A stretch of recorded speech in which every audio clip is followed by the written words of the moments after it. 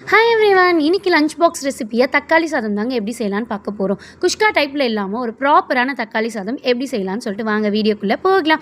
ஒரு குக்கரில் தேவையான அளவு ஆயில் ஊற்றிக்கோங்க. ஆயில் நல்லா காஞ்சதும் கடுகுளுத்தம் பருப்பும் சோம்பும் ஆட் பண்ணிக்கோங்க. ரெண்டும் பொரிஞ்ச உடனே நீல வாக்கில் கட் பண்ணி வச்சுருக்க ஒரு வெங்காயத்தை நான் இதில் ஆட் பண்ணிக்கிறேன். வெங்காயம் கண்ணாடி பதத்து போல் நல்லா வதங்கினோடனே இதில் இஞ்சி பூண்டு பேஸ்ட்டும் ஒரு பச்சை மிளகாவும் இதில் நான் சேர்த்துக்கிறேன்.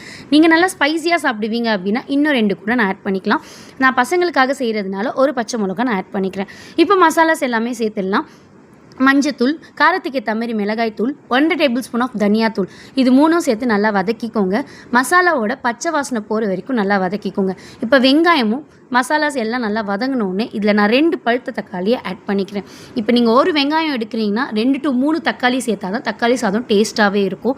ஸோ நான் ஒரு கிளாஸ் அரிசின்றதுனால நான் 2 தக்காளி ஆட் பண்ணிக்கிறேன். தக்காளி நல்லா வதங்கினோடனே இந்த ரெசிபிக்கு தேவையான உப்பை ஆட் பண்ணிக்கோங்க.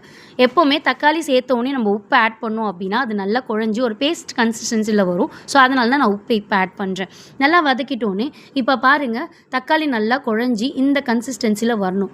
எண்ணெய் நல்லா மேலே மிதங்கி வந்தோடனே நான் ஊற வச்சுருக்க பாஸ்மதி ரைஸை இதில் நான் ஆட் பண்ணிக்கிறேன். ஸோ ஒரு கிளாஸ் அரிசிக்கு 1.5 கிளாஸ் தண்ணி நான் இதில் ஆட் பண்ணுறேன். நீங்கள் புழுங்கல் அரிசி கூட ஆட் பண்ணலாம். புழுங்கல் அரிசி ஆட் பண்ணிங்கன்னா ஒரு கிளாஸ் அரிசிக்கு 2 கிளாஸ் தண்ணி ஊற்றுற மாதிரி இருக்கும்.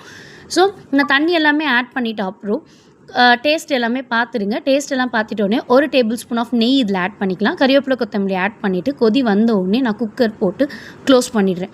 க்ளோஸ் பண்ணிவிட்டு ஒரு விசில் வந்தோடனே ஓப்பன் பண்ணி பார்த்தீங்கன்னா சூப்பராக டேஸ்ட்டான ஒரு தக்காளி சாதம் ரெடி ஆகிடும். நிஜமாகவே அவ்வளோ சூப்பராக இருக்கும். கண்டிப்பாக ட்ரை பண்ணி பாருங்கள். இந்த வீடியோ உங்களுக்கு பிடிச்சிருந்தா லைக் பண்ணுங்கள், ஷேர் பண்ணுங்கள், சப்ஸ்கிரைப் பண்ணுங்கள். அன்பை சமைப்பும் அனைவருக்கும் பகிர்வோம். டாடா, பாய்.